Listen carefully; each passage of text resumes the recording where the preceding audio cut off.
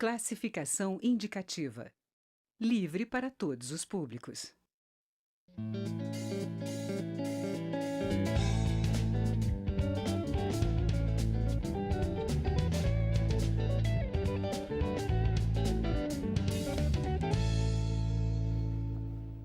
Olá. O aumento da pena do crime de abigeato está em discussão na Câmara. Para quem não conhece esse termo estranho, é o furto de animais para o abate. Até já existe uma lei para esse crime, mas não foi suficiente para conter o avanço do abigeato devido à facilidade de se cometer o crime e à dificuldade de prová-lo. Eu converso nesta edição do Palavra Aberta com um dos autores de projetos que pretendem endurecer as penas para o abigeato, o deputado Sanderson, do PSL do Rio Grande do Sul. E o programa tem uma produção da TV e da Rádio Câmara.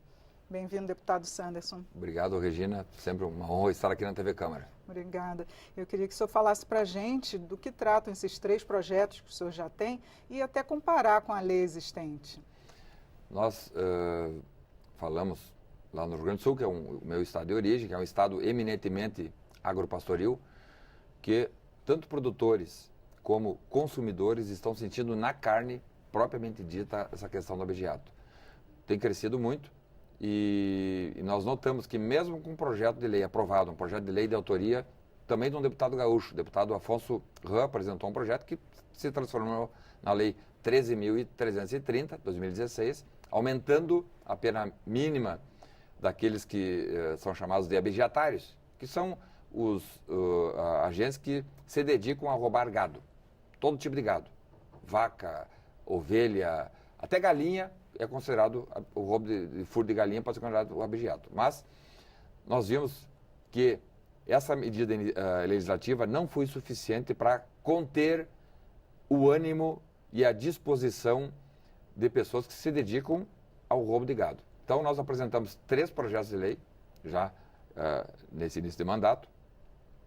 Os projetos, um deles trata do aumento da pena propriamente dita, que hoje a pena mínima ela está em 2 anos, nós estamos aumentando, propondo o aumento para 8 anos, a pena mínima para 8 anos. Por que 8 anos? Que seria a máxima de 8 anos. Pena mínima 8 anos, pena máxima 10 anos. Por que a gente trabalha com a pena mínima de 8 anos?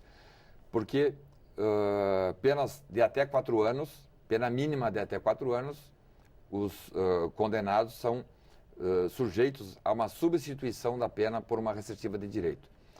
Para que o sujeito pego em flagrante ou enfim, condenado pelo chamado crime de abigeato, ele precisa, e fique trancado, fique fechado, ele tem que ser penalizado com pena mínima de 8 anos. Se for inferior a 8 anos, ele já vai sair no semiaberto.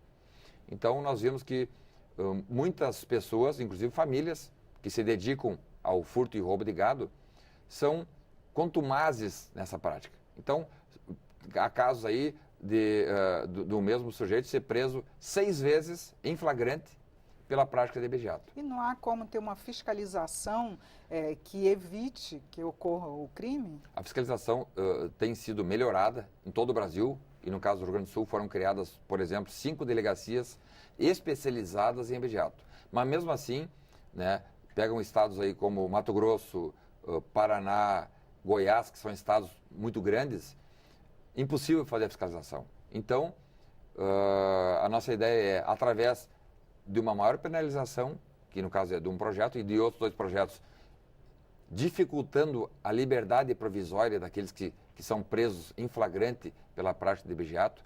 Um dos projetos que eu apresentei impossibilita arbitramento de fiança para abigeatários. E o outro também dificulta o arbitramento de fiança para receptadores de abigeato. É isso receptadores, que eu ia perguntar, realmente. Então, com esses 3 projetos, é a solução do problema? Claro que não, né? E o Estado também não vai se dedicar agora, a prioridade do Estado é combater o abigeato, óbvio que não. Mas dentro desse conjunto de ações que nós, deputados federais, e eu sou do PSL, a bancada de Jair Bolsonaro, do governo Bolsonaro, estamos nos esforçando para que essa questão da segurança também seja prioritária. Nós entendemos que essa questão que é muito cara para aqueles que estão lá produzindo em fundo de campo e que não têm a menor proteção policial, porque o sujeito que mora numa cidade, se ele verifica ou está presenciando o furto do seu carro, ele liga para o 190, a Polícia Militar vai lá e dá o atendimento. Agora, num fundo de campo, ele não tem condições de chamar a polícia porque nem celular pega. Então, nós entendemos que, endurecendo a pena, dificultando a chamada liberdade provisória daqueles que são presos em flagrantes, são medidas que vão ajudar, né? E de algo que tem trazido não só prejuízos econômicos, é prejuízo também naquilo que nós falamos, na melhoria genética, porque há produtores que se dedicaram a fazer a melhoria, a qualificação genética do seu gado, e o sujeito vai lá, invade o campo para tirar, muitas vezes, um pedaço, uma picanha, ou uma costela. Inclusive porque tem uma vacinação que às vezes exige um período posterior, de até 6 meses para o abate. Não, muitas vezes vacas são abatidas, prenhes. O próprio terneiro é deixado ali, né, em situações, eu diria, rudimentares, né? Então, além da questão econômica, tem a questão da melhoria genética, tem a questão da insegurança no campo e tem a questão, que também é muito caro, não só aos homens do campo, mas a toda a população, que é da saúde humana, da questão sanitária. Claro. O gado, seja o bovino, ovino, abatido nas piores condições possíveis, né? Transportado também sem nenhuma condição sanitária, esse gado é vendido, essa carne é vendida em açougues. Já houve casos, inclusive, de supermercados qualificados terem sido flagrados comprando carne, produto de abigeatários, produto de abigeato. Pois é, isso até que eu ia perguntar, como é que é a fiscalização que ocorre nos abatedores e também nos mercados, supermercados, que no final são os que vendem. Não há um controle para ver alguma fiscalização que exija, porque tem toda uma marcação no gado que chega. Por que não há esse controle, uma fiscalização nesses que recebem esse produto? Vejam, a máquina policial de controle, em todos os aspectos, no Brasil, ela é uma máquina e uma estrutura precária, né? Num país que falta dinheiro e orçamento para a saúde, para a educação, também falta dinheiro e orçamento para a segurança pública.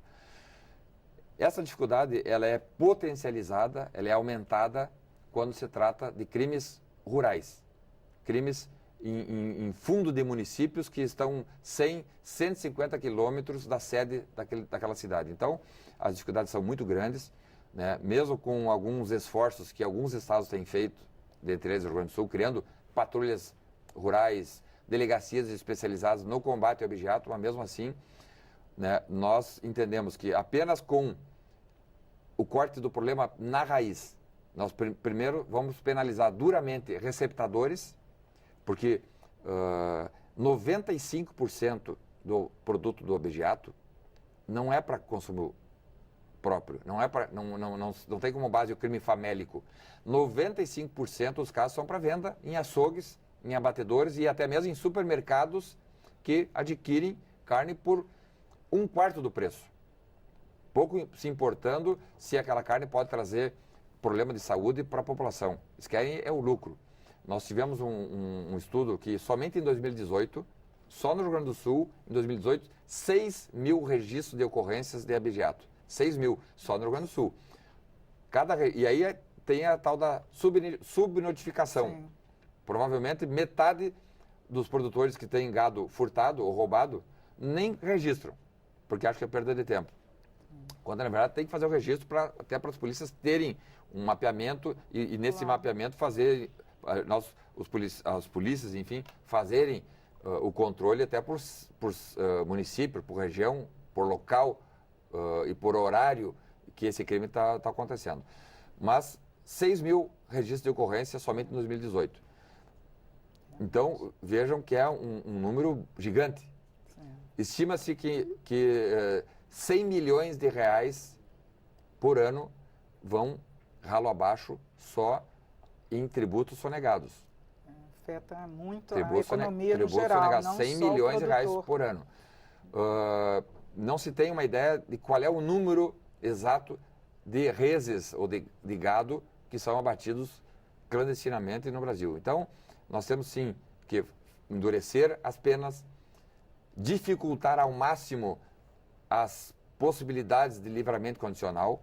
Então, o sujeito é pego em flagrante pela polícia militar, ou enfim, ou mesmo até há casos que o próprio produtor, e produtor de todos os tamanhos, pequeno, médio e grande, faz a detenção do objetário, né, encaminha para a polícia e no dia seguinte está lá o objetário fazendo o mesmo roubo.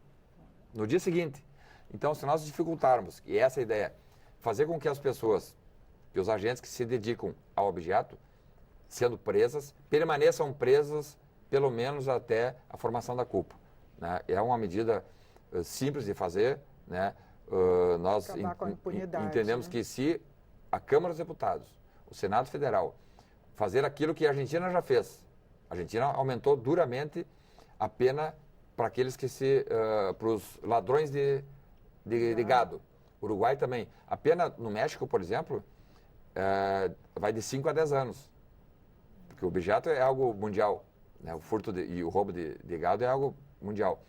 Então, vamos assim aumentar a pena mínima e dificultar o livramento condicional para que com isso, por si só vai resolver o problema? Não vai resolver. Mas em um conjunto de ações, o endurecimento legal, com o aumento da fiscalização, a conscientização dos açougues e da população de não comprar carne abaixo do preço. Porque se o preço, por exemplo, de uma maminha é R$20, o açougue que vende a R$10 provavelmente está vendendo carne ilegal. Então, procurem os órgãos de fiscalização para que esse circuito seja fechado. Deputado, muito obrigado por suas explicações aqui no programa. Eu que agradeço. Muito obrigado pela oportunidade. Eu conversei sobre o aumento da pena para o furto de animais para o abate com o deputado Sanderson, do PSL do Rio Grande do Sul. Assista esta e outras edições no site câmara.leg.br/Palavra Aberta. Eu sou Regina Assunção, agradeço a sua audiência. Até a próxima.